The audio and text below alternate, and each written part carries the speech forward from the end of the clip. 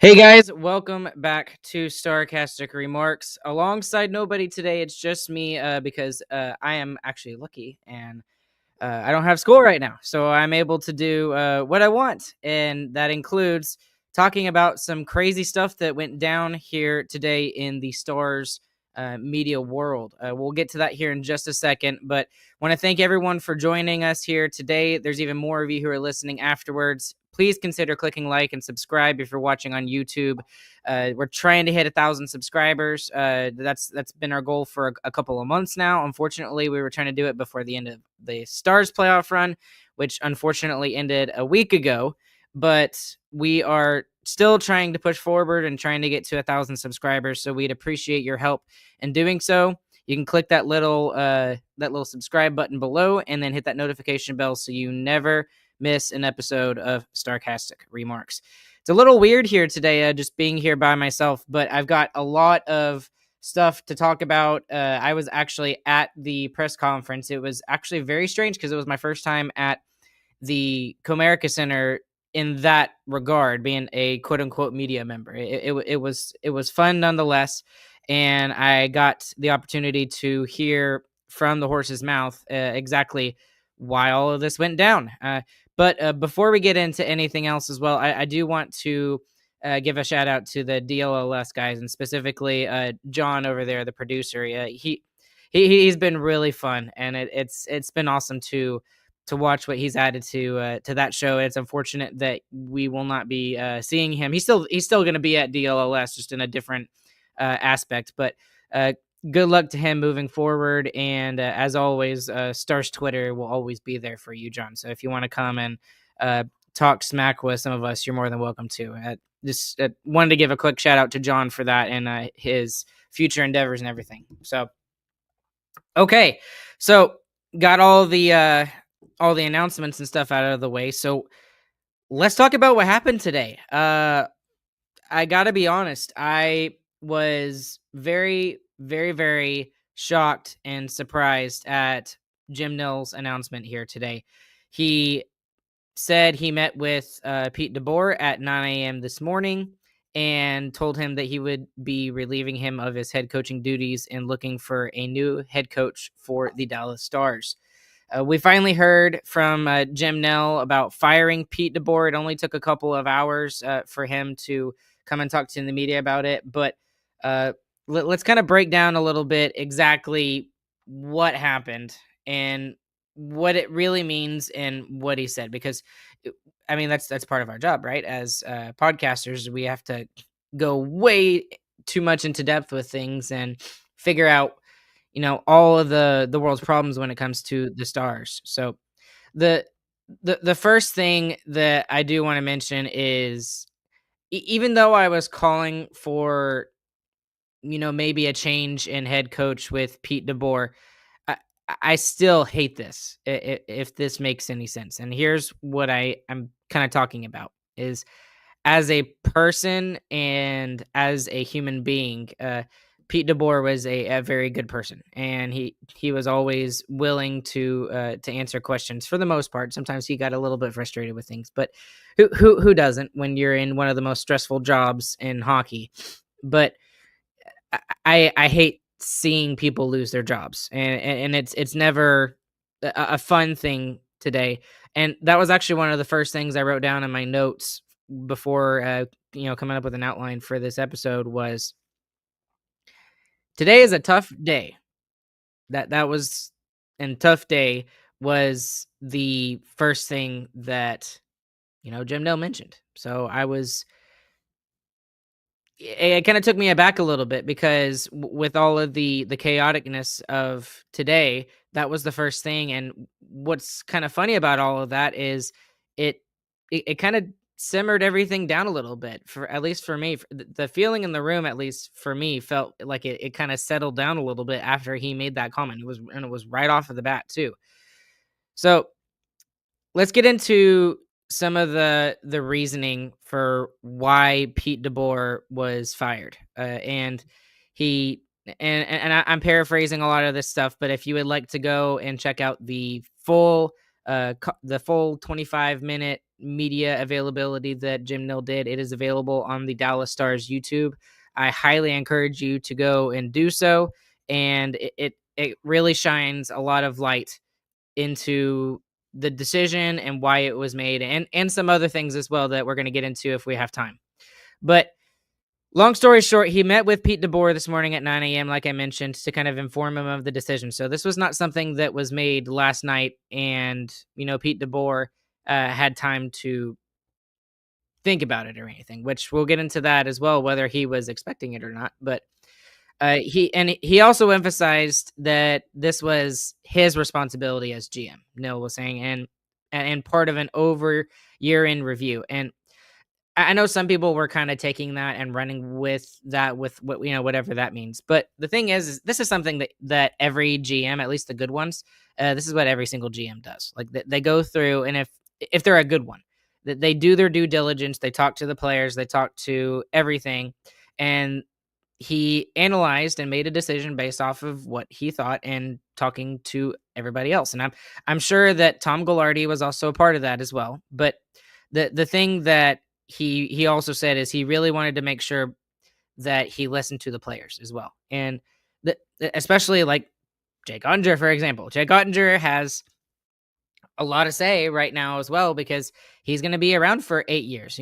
God forbid he gets traded or anything like that. But his, $8 million deal starts up this next and July 1st. So that's going to be it's really interesting. It was really interesting to hear him kind of talk about the player exit interviews. And the other thing I was also thinking about is, and not to downplay some of the other players, but if it was players like Colin Blackwell or Brendan Smith, or some of the guys in the bottom half of the roster in terms of like time on ice, then I don't think Nill would have listened to it as much.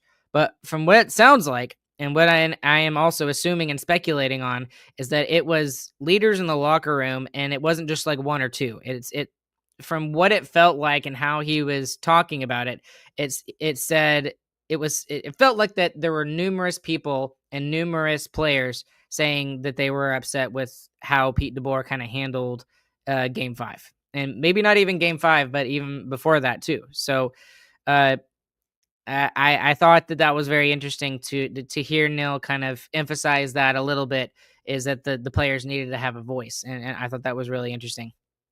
But I also do like in the fact that, unlike Pete DeBoer, who some people are pointing at him and saying he wasn't taking responsibility as much for the loss and throwing it all on Jake Oettinger more so, is he emphasized that it was his responsibility as GM to figure out what was going on. And I absolutely love that. That means it's like you realize that there's a problem, and instead of just sticking with the same problem, you made a move to fix it. And you felt like this was the right decision to make. And he said it was time for a new voice. New voice. He talked about he said new voice in the presser. He also mentioned that in the statement that was released on social media and to regular media in general. And then he even there were even some reporters in the room who used the term new voice as well. And he also said that there was a needed next step for this team as well. That there, and I mean, it's obvious what the step is. The step is to get to the Western Conference Final, or the Stanley Cup Final at the very least. Like this team should not be bowing out in the Western Conference Final 3 years in a row. And to Nill's credit, that I completely agreed with him in a lot of the stuff that he said. Now, he is a very good lawyer. He was very careful about some of the things that he did say as well, and how he worded it. And that's kind of our job as podcasters and as media personnel, is to kind of dig into it a little bit more and try and find something there that might or might not be there. But he was very careful not to say that Pete DeBoer lost the room. But he did acknowledge that it was a grind, especially from the Four Nations break and onward, and that DeBoer had pushed the team as far as he could.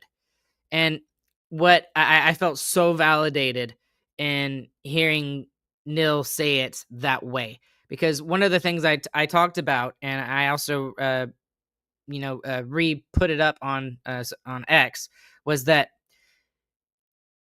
I wasn't necessarily frustrated with the poll that Pete DeBoer did. I was upset with the comments he made and maybe the way that he did it, and yelling at him, and he was just frustrated, and he was in the moment and everything. But it felt like everything had been done and he didn't have any answers. Like, he had tried everything and he didn't know what else to do.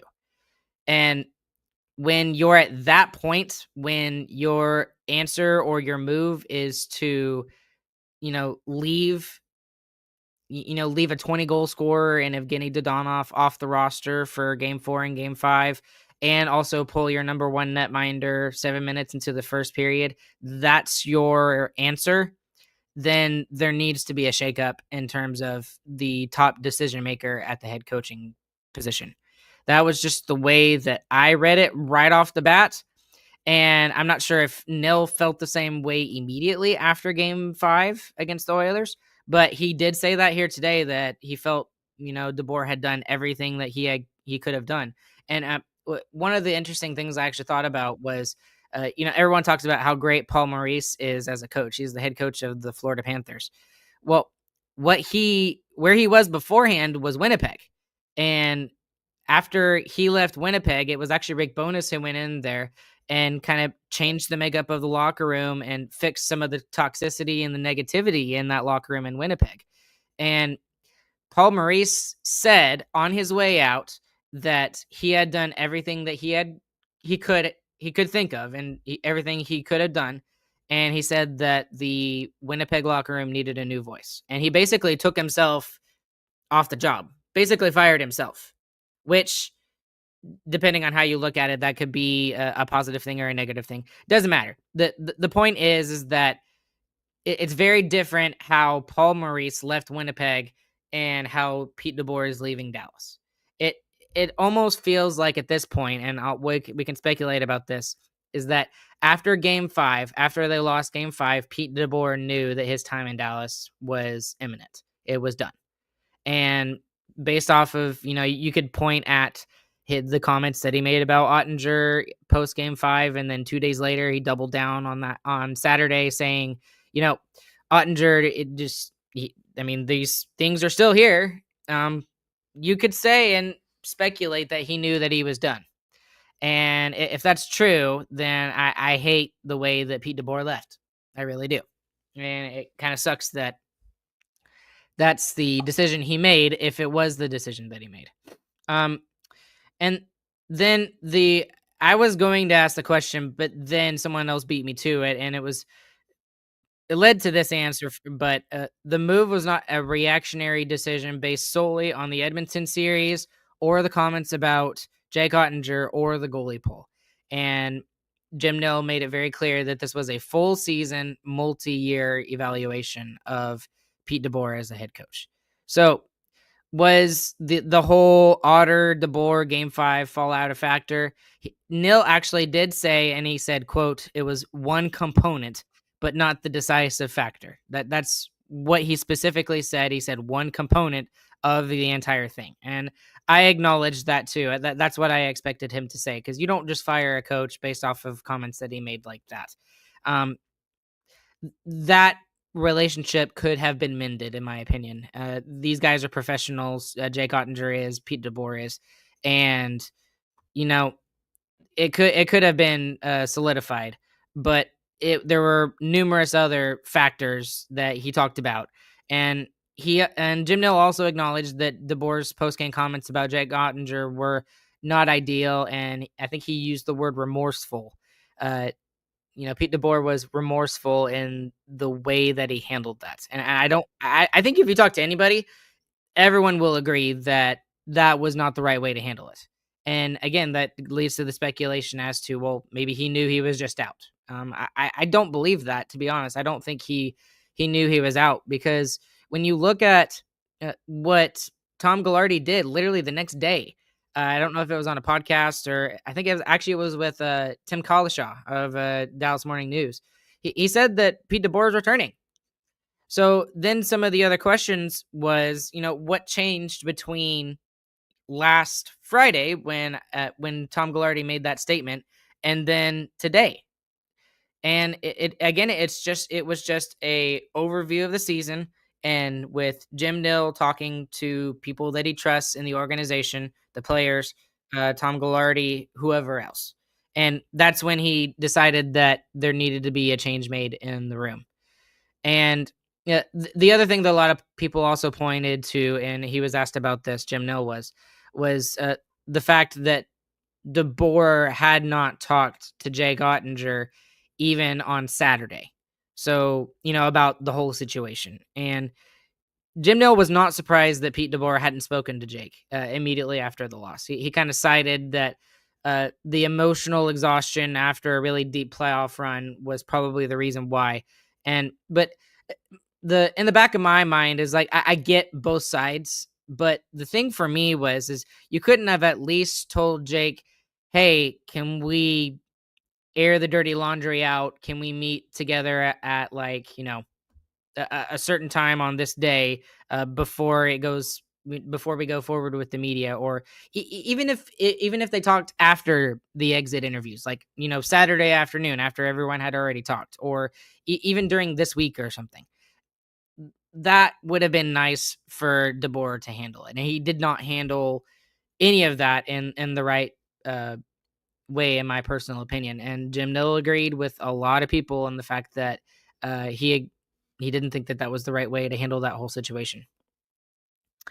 I want to talk about player input for a second, because that's going to be a huge talking point as well, because that was one of the things that Tim Cowlishaw also he kind of talked about, the fact that it was on the table, between Tom Ghilardi and Jim Nill, that they were discussing all of this about Pete DeBoer, coming back or not. And there were reports from David Pagnotta and I believe Elliot Friedman. I'm not sure if Elliot Friedman was jumping on David Pagnotta's bandwagon or whatever, but that the players were really upset with how that whole situation was handled. And for Jim Nill acknowledging that he took feedback from the players, it was absolutely considered, and he carefully weighed it, but he acknowledged the risk of some self-serving player comments as well. And he said that he kind of trusts his ability to kind of distinguish sincere input from quote unquote noise, is what he mentioned it. And to be honest with you, I trust Jim Nill. I do. There's a reason why he's the back-to-back GM of the year award winner. I don't think he's going to win it this year, though. I think Bill Zito is going to win it, but it is what it is. And then there was also the question about culture, and the culture of the room is strong, is what he said. And the other thing he mentioned is when players come in, one of the first things they talk about is how strong the room is and how highly regarded the room is by new players coming in, whether that was Granlund or CC or Rantanen or whoever. And Nill just kind of threw cold water on that and said, I don't really see a culture problem here at all. It's just not there. There was some other stuff as well here during the press conference, and I just want to go through some of these fairly quickly. I don't have a whole lot of time here with you guys today, but y'all let me know what you guys think. Leave your comments down in the comment section down below. If we have time, we'll try to get to it. He said he didn't believe that DeBoer's ceiling was the conference finals. That was something that was also discussed, and he believed that Pete DeBoer eventually will win a Stanley Cup. And he said, unfortunately, it won't be with us, but he thinks that DeBoer will eventually win one. And the other thing that he talked about is he talked about that they need to be open to different styles and different ways of doing things. And reading into it, you can kind of say that was a little bit of a shot at Pete DeBoer, but regardless, it's true. It's true. They need to discover different ways of offensive and puck moving strategies in the playoffs. That's been the biggest thing the last 2 years, is that goal scoring was a huge issue in the playoffs. And it even got to the point to where that the defense was even an issue for the Dallas Stars in game 5. It was terrible. The 2 goals that Otter led in one was Corey Perry completely by himself in the slot and got a tip with no Dallas Star within 3 feet of him. And then the other one was a breakaway by my TSN mark. So it was just a broken play both times. And I mean, I don't blame Otter for either one of those. Do you want him to make one of them? Yeah. But the real issue for this team in the playoffs, the last 2 seasons, and maybe I'd have to go back to DeBoer's first year, but it's offense in the playoffs. It's not offense in the regular season. It's offense in the playoffs. So that's something Jim Nill is being open-minded. That was a word that he talked about a lot, was being open-minded about trying new things and new strategies with the same players. That being said, I do not believe that they are going to completely overhaul the way they play. I think they are going to make some slight adjustments with the head coach that they decide to go with. And so I expect it to be someone in similar style to Pete DeBoer, but maybe willing to make a couple of adjustments that Pete DeBoer was unwilling to do, in my personal opinion. Okay, so he was also asked about the head coach search as well and what it's going to look like. And again, I kind of alluded to it already, but open-minded was a word that kept popping up during the press conference. And he said that not just internal candidates, but also external candidates will be considered as well. And he also pushed that there was no automatic preference for like a veteran coach like a Paul Maurice or a Bruce Boudreau or guys who might actually be available like Gerard Gallant or Peter Laviolette. But he's also open to looking at some of the young, more modern coaches that are out there on the radar. And he's just keeping all of his options open, which is good. I mean, when you look at the coach that Pittsburgh just hired, he's 42 years old. That's not much older than Sidney Crosby is. So I think that's something that's going to be a push by Jim Nill. He's going to keep that option open. And with that being said, there was a lot of alludedness to Neil Graham during the press conference. And yes, most of it was kind of softball questions or just questions in general from the media asking him about internal candidates. I think Taylor had a really good question about internal candidates being considered because like Elaine Nazardine has been a coach in the past, head coach in the past, the D coach for the Stars. Obviously, some other guys, maybe Steve Spott could be the head coach. I doubt it, but maybe. But Neil Graham was alluded to a whole lot in the press conference, and Robert Tiffin of Stars Thoughts had a really good question. He just flat out said, do you think he will be considered for the job? And what Neil did is he praised him for his track record of developing and also winning at the same time. There's a winning pedigree. And I mean, they're still playing right now. Game 5 of the AHL Western Conference Final is tonight. Now they are down 3-1, but the fact is he's a new coach. He's a younger coach. He's someone that is familiar with the system that Pete DeBoer implemented. And there's a lot of similarities in the way that Graham does things and the way that Pete DeBoer does things. And that can be a good thing or a bad thing, depending on how you look at it. Personally, for me, I think it's a very good thing because I think with him being a younger coach, he can take, if he is the choice, if I was a betting man, I would put money on Neil Graham being the next head coach of the Dallas Stars. I have no confirmation, no insider knowledge about any of that. That would just be my guess based off of what I heard, the feeling in the room. And then there was even a point where nobody was even mentioning the Texas Stars. Like, no one was talking about the Texas Stars, and Jim Nill himself actually brought up the Texas Stars and started discussing about how they were still going. So I think there's a lot of smoke there.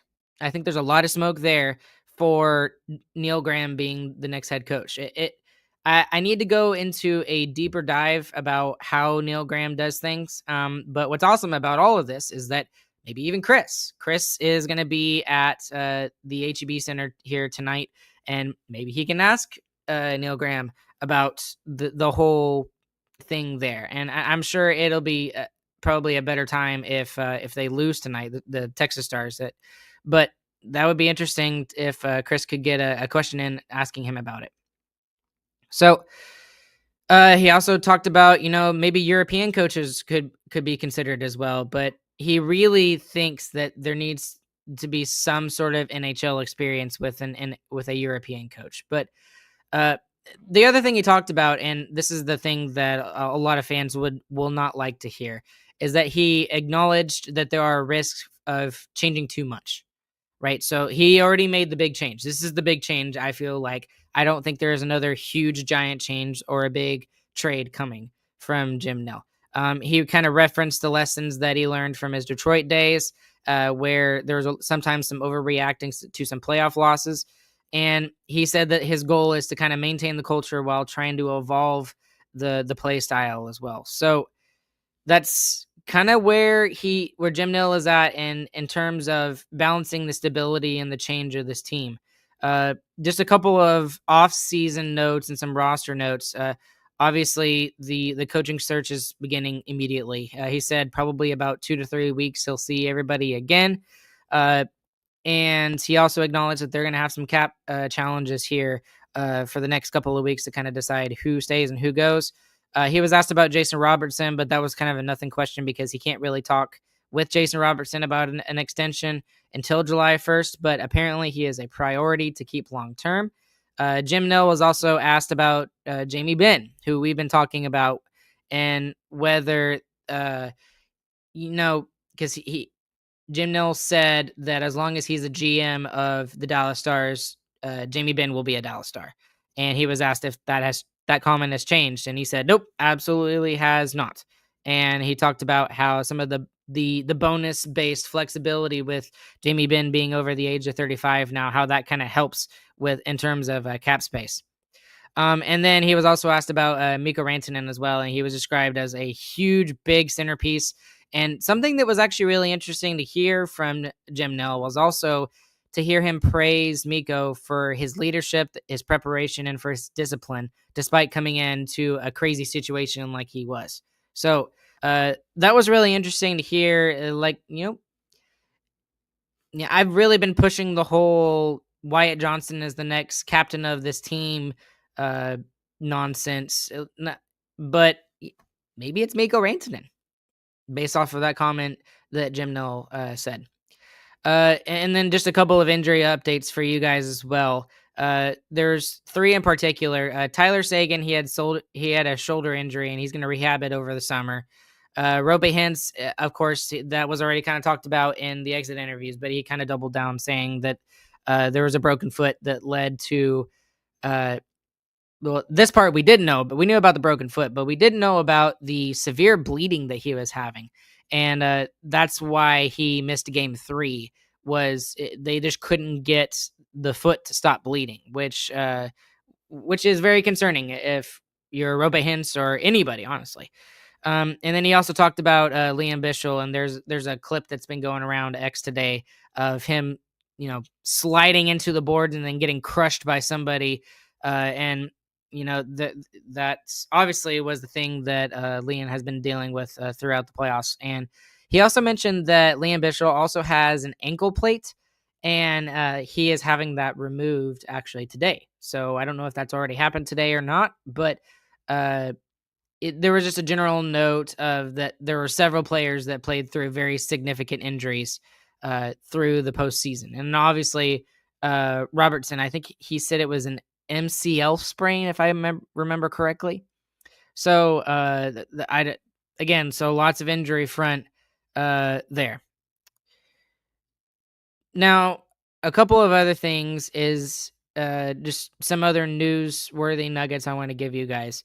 Is he expects it to be a very hectic next 3 weeks for this franchise, and it's going to be crazy moving forward. But he also cited that the Edmonton Oilers' defensive growth as a model was for team evolution. So maybe that's something that he's kind of looking for in a head coach. He's looking for some evolution in terms of defense. And, and I'll steal Ludz's, you know, he hates it, is the whole man-on-man coverage in the defensive zone once the other team is set up. Craig Lugwood hates that.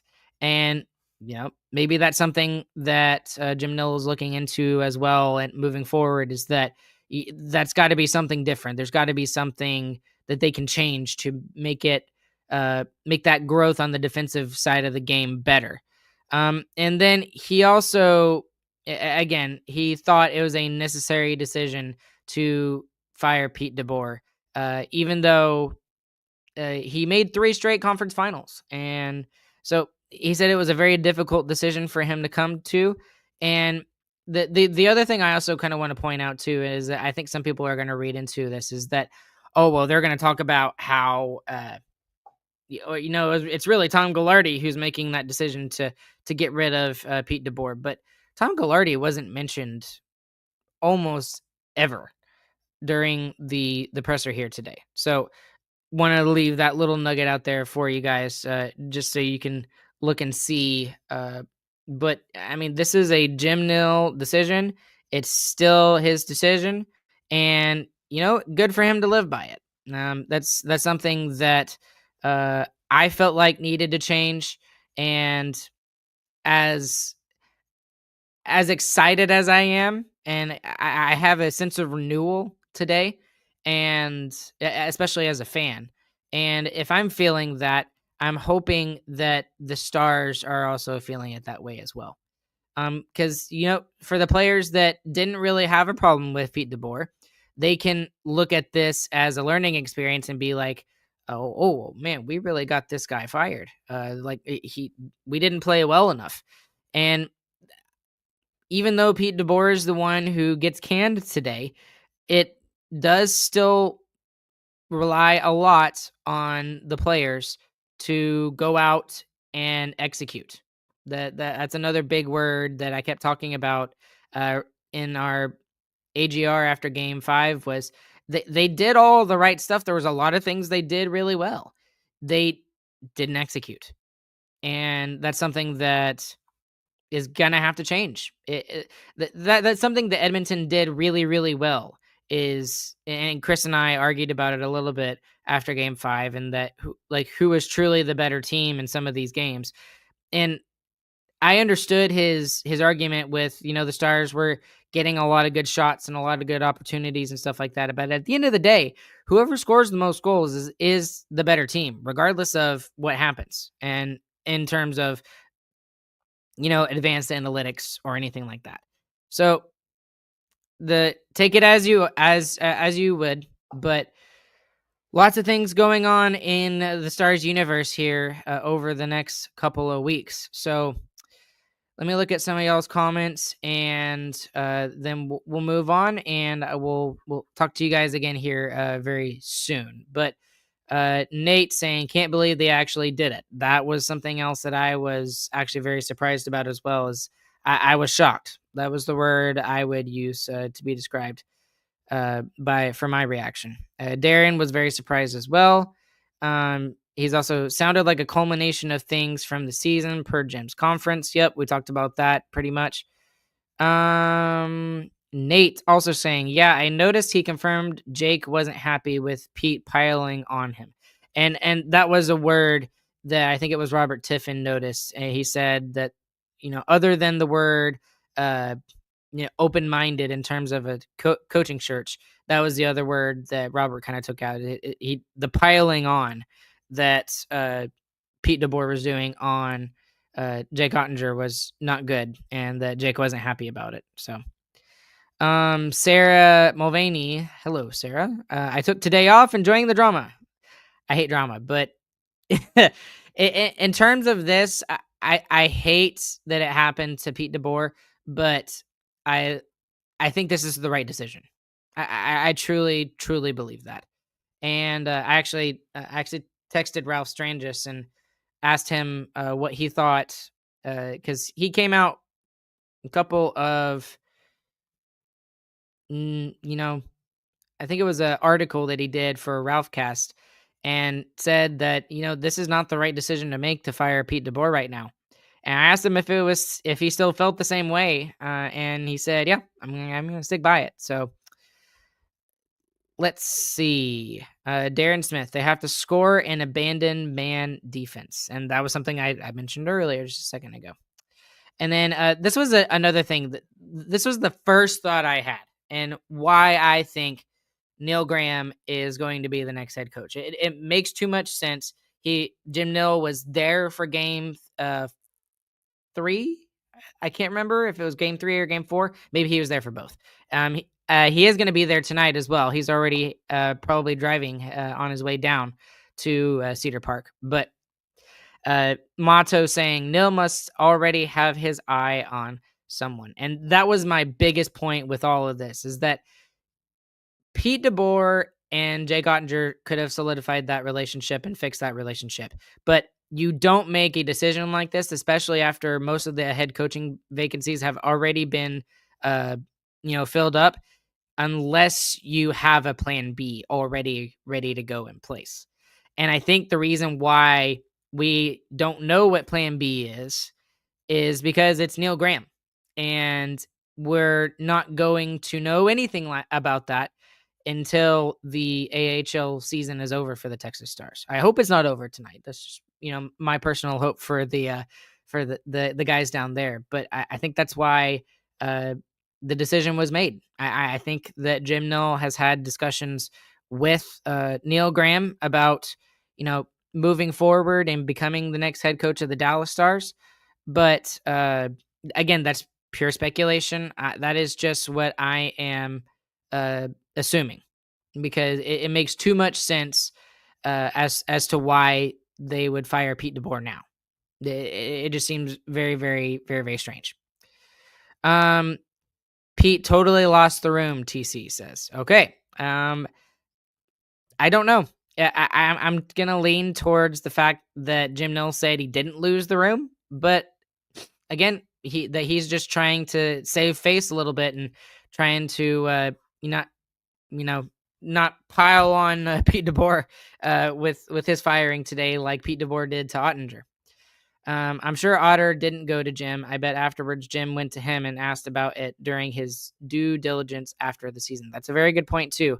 I believe that he did. Otter is a very big part of this team and the success of this team and future of this team moving forward.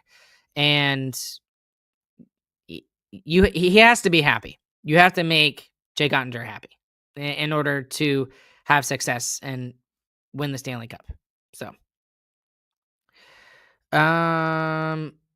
let's see what else we got here. Darren Smith, is this the tea you give to a new? Oh, is this the team that you give to a new NHL coach? That is also a very valid question, and a lot of people are asking the same question. There's pros and cons to both sides. My thing is that he already knows this team. He already knows the system that he wants to put into place if it is Neil Graham. And I mean, Edmonton is a perfect example of why I'm not worried about it, because Chris Knoblauch comes in after Jay Woodcroft gets fired in Edmonton after that atrocious start to the season they had last year, and they go all the way to the Stanley Cup final, and they were literally 1 or 2 goals away from winning the Stanley Cup. And right now they're 3 wins away. They're closer to winning the Stanley Cup than the Florida Panthers are at the time I'm recording this. So if Chris Knoblauch can do it, why not Neil Graham? Just an idea. And let's see. If it ends and it's not announced shortly after, it's not Graham. See, I understand that thinking, but I also disagree with it too. I think that if I'm Jim Nill right now, Neil Graham is the leading candidate in my mind to take over this team. But you also, again, I'll use the two words due diligence. You got to use your due diligence to look out there and see what other people are out there, because there are some very good candidates. And uh I mean, one of the candidates that the DLLS guys were talking about, and specifically Luds, was talking about, Steve Ott. I mean, how cool would that be? Just from a fan perspective, we'd have two Otters back in Dallas. That'd be amazing. And it will be awesome if he is able to come back. But that's not how Jim Nill does things. He has changed his philosophy a little bit in how he goes after guys, how he makes big trades. He's been more liberal in trading his first round picks away.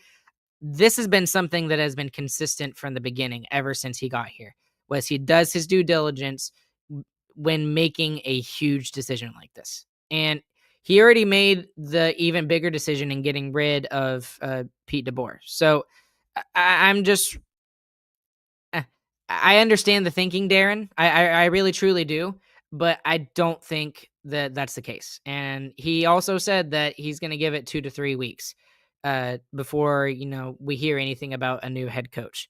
So that will, I'm gonna lean back on Jim Nill's word. I'm gonna take his word at it that we're not gonna be back in like 2 days or a week or whatever, and Neil Graham is going to be announced as the coach. I think it's going to still be 2 to 3 weeks, and I do think it's going to be before the words just went straight out of my head. Before free agency opens on July 1st. I think that's the deadline, and I even think you need to give yourself even more of a head start before that. So I would give myself, I don't know, at least a week, so that you can talk to the guys who are unsure about who the next head coach is going to be, and let them talk to whoever it is, Neil Graham, Peter Laviolette, Steve Ott, whoever, about all of that stuff. But I don't know. We'll just have to wait and see. Okay. I am going to go ahead and jump off here. I am very tired. It's been a long day doing this and driving around and doing some other things as well. So thank you guys so much for your comments. If you are listening or if you are watching on YouTube, kind of, talk to us on social media. At Starcastic or on X or, on Facebook or whatever. Who do you think the next head coach of the Dallas Stars is going to be? Is it going to be Neil Graham? Is it going to be, are they going to go the veteran route again and do Peter Laviolette or Gerard Gallant or something like that? Or is it going to be somebody that absolutely nobody is talking about? Maybe Jay Woodcroft, for example, since I mentioned him in this episode. So y'all let me know that.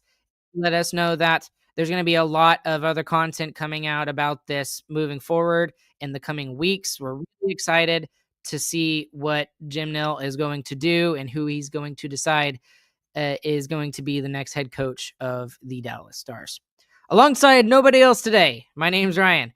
I will catch you guys on the flip side, and I hope you guys have a good, fantastic morning, afternoon, evening, whenever you guys are listening. Go and check out Texas Stars tonight. Let's see if they can get a win and force a Game 6 back in Abbotsford. Go Texas Stars.